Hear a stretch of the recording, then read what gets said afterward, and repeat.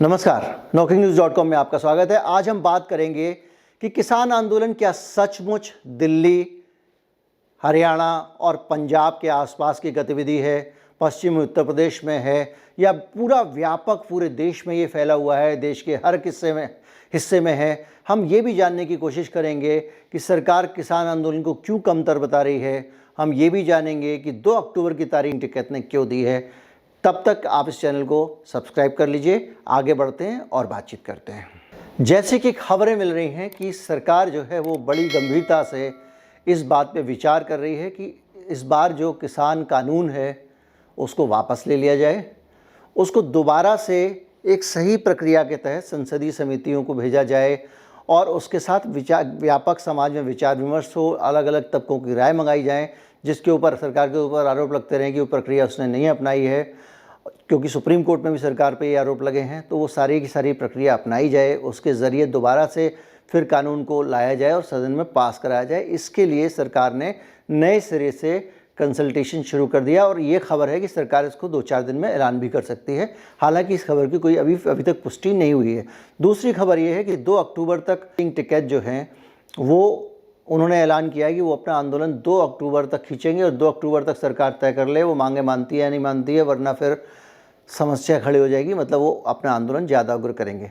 2 अक्टूबर का मतलब आप जानते हैं, तब तक उत्तर प्रदेश के चुनाव बहुत नज़दीक आ चुके होंगे और ऐसी स्थिति में उत्तर प्रदेश में बीजेपी के लिए थोड़ी समस्याएं हो सकती हैं कि बड़ी संख्या में किसान अगर उनके खिलाफ हों तो उनके लिए चुनाव जीतना मुश्किल होगा। एक पहलू ये भी है कि जो कयास लगा जा रहा है और जो बहुत तरह की कॉन्स्पिरेसी थ्योरी वाले लोग हैं वो ये मान के चल रहे हैं कि हो ना हो उत्तर प्रदेश के मुख्यमंत्री जो हैं वो योगी आदित्यनाथ, वो लगातार बहुत मजबूती के साथ में सामने उभर के आ रहे थे। उनको मोदी जी का विकल्प माना जा रहा था, इसलिए एक साजिश के तरह उनको हरवाने के लिए इस आंदोलन को खींचा जा रहा है और सरकार नकार रही है। इसीलिए सरकार इसको नज़रअंदाज कर रही है। जो भी हो, फिलहाल हम ये आज बात करते हैं कि किस तरह से ये आंदोलन जो है वो सबका आंदोलन है और पूरे देश में कैसे ये फैला हुआ है। आखिर किसान आंदोलन का एक और पड़ाव गुजर गया, एक और चरण पार हो गया और किसान आंदोलन एक चरण आगे बढ़ गया। एक चरण कहाँ आगे बढ़ गया? अब जो किसानों का देश भर में चक्का जाम का आह्वान था वो सफल हो गया है। सफल इसलिए हो गया है क्योंकि इस आह्वान में किसी प्रकार की हिंसा नहीं हुई। दरअसल आप देखेंगे तो किसान आंदोलन में जितने भी लोग शुरू से जुड़े हुए हैं, मैं आपको वैसे जो ये वीडियो है बता दूं आपको मैं किस लिए बना रहा हूँ। वीडियो बनाने का जो मेरा मकसद है वो ये पता करना है कि क्या किसान आंदोलन सचमुच किसानों के एक छोटे हिस्से का आंदोलन है या देशव्यापी आंदोलन है।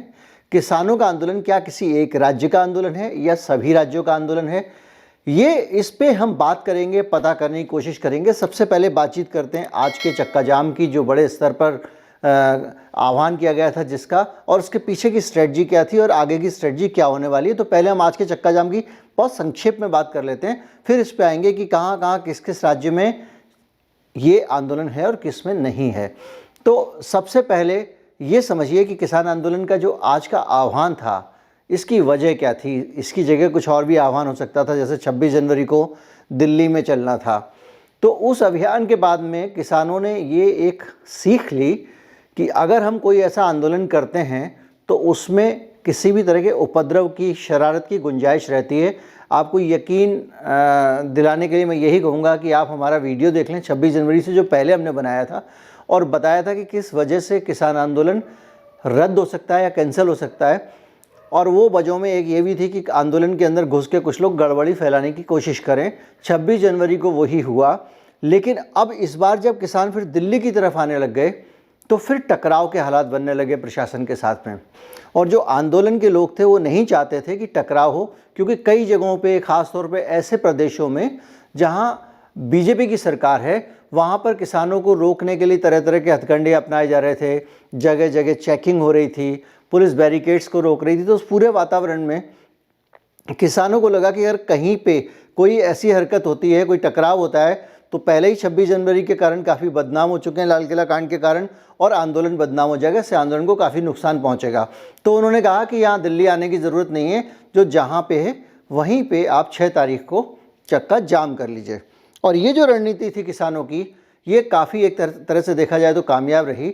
और किसान अपने आंदोलन को अभी तक शांतिपूर्ण बनाए रखने में कामयाब है। अगर एक हादसा अगर आप छोड़ दें 26 जनवरी वाला, उस हादसे में भी बहुत सारी प्रोज कौन से आरोप प्रत्यारोप हैं, उनमें जाने के बजाय हम उसको एक अशांत हादसे के तौर पे लेके चलते हैं।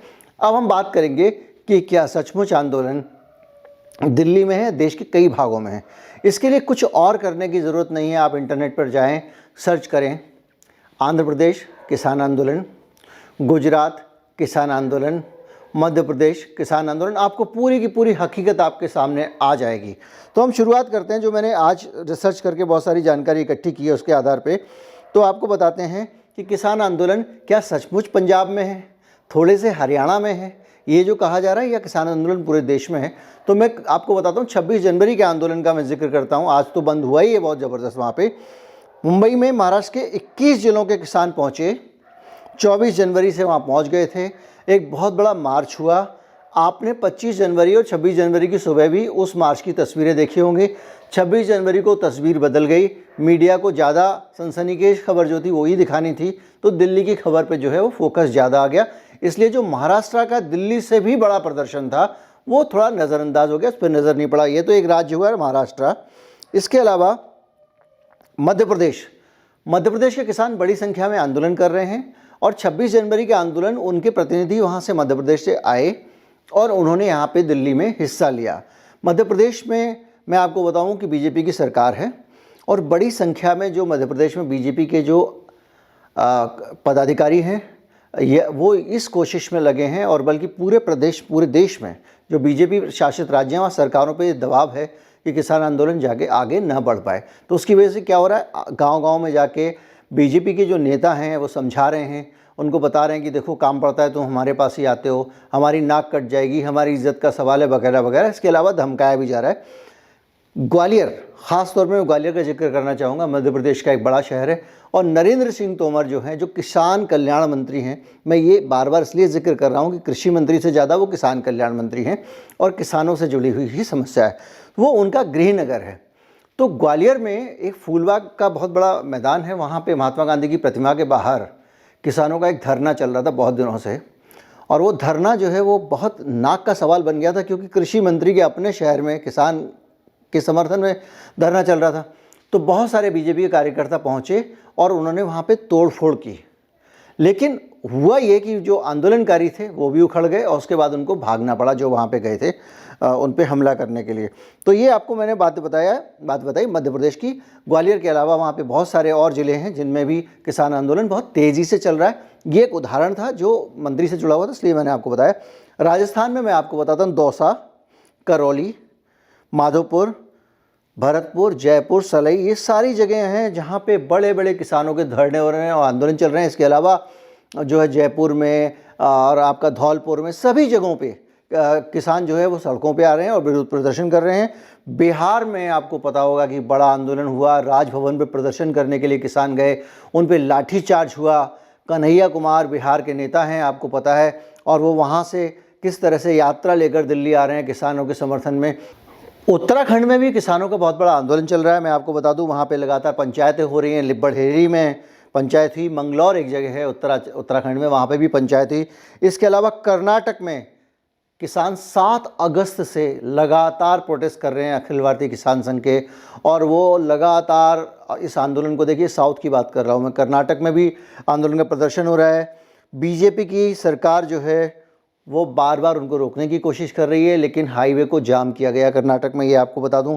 तमिलनाडु में तंजौर, कोयम्बटूर, तिरुचिरापल्ली, नागपट्टनम, विल्लुपुरम और चेपक, ये वो जगह हैं जहां पे ज़बरदस्त प्रदर्शन हुए हैं किसानों के। तमिलनाडु में एकदम अलग, ना तो वो महाराष्ट्र से मिलता है, मतलब तमिलनाडु मतलब एक्सट्रीम साउथ हो गया, वहाँ पे ज़बरदस्त किसान आंदोलन हो रहे हैं। चित्तालौर में एक बहुत ज़बरदस्त दोपहिया रैली निकाली गई जिसको सब लोगों ने देखा। तंजौर में किसान और पुलिस के बीच बाकायदा झड़प हुई थी, ये मैं आपको बता दूं।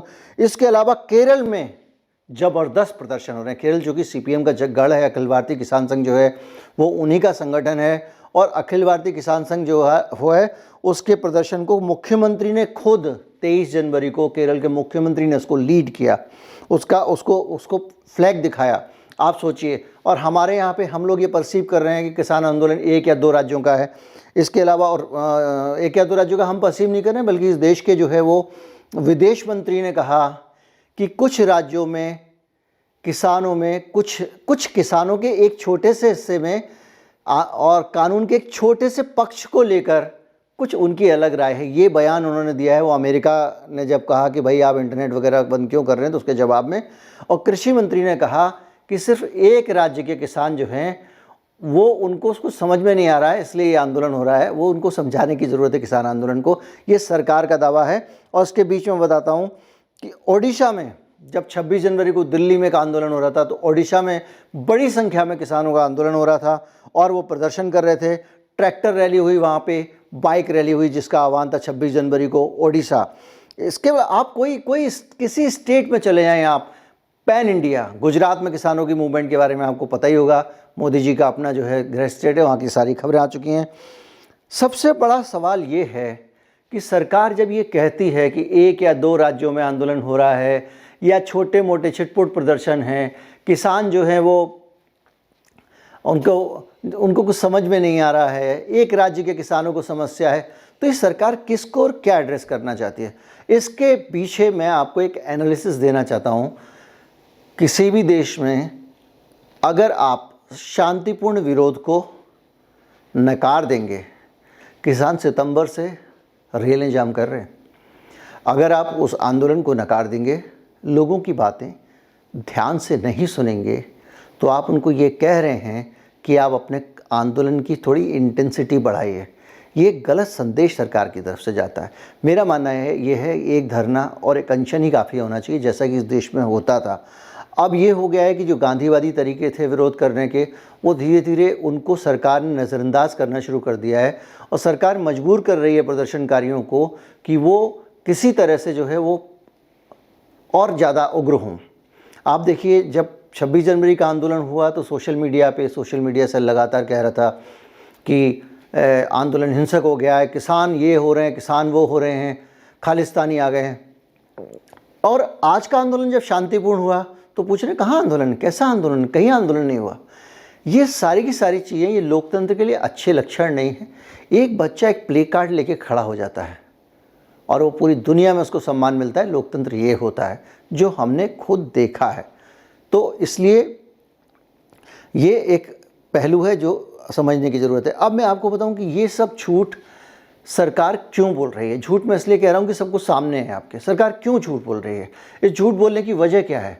सरकार झूठ इसलिए बोल रही है क्योंकि वो अपनी नाक को बचाए रखना चाहती है। जैसा सरकार पे आरोप लगते रहे हैं कि वो फासिस्ट सरकार है, उसी दिशा में वो काम कर रही है। वो अपनी नाक को, अपनी साख को बचाए रखना चाहती है। उसकी जो अकड़ है वो नीचे नहीं होना चाहिए। अगर अकड़ नीचे होती है तो सरकार का इस्तकबाल कमज़ोर होता है।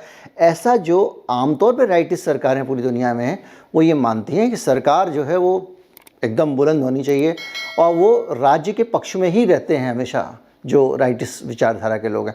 और इसलिए जो है वो जनता के साथ में उनका टकराव चलता रहता है। फिलहाल 2 अक्टूबर तक का समय सिंह टिकैत ने इस टाइमिंग को समझिए। उत्तर प्रदेश के चुनाव है उस दौरान, तब तक अगर किसान आंदोलन रहता है तो समस्या खड़ी हो जाती है। इस बीच में ये कुछ खबरें आ रही हैं अनकन्फर्म, जिनकी अभी तक पुष्टि नहीं हुई है, कि सरकार किसान कानूनों को वापस लेने पर विचार कर रही है और इस कानून को दोबारा से एक पूरी प्रक्रिया अपनाकर, लोगों के साथ कंसल्टेशन करके, संसदीय समिति के पास भेज के और फिर दोबारा से लाया जाएगा और उसके बाद फिर इसको संसद के सामने रखा जाएगा। ऐसी चीज़ें जो हैं वो हो सकती हैं, ऐसी खबरें आ रही हैं। आपको वीडियो कैसा लगा ज़रूर बताइएगा।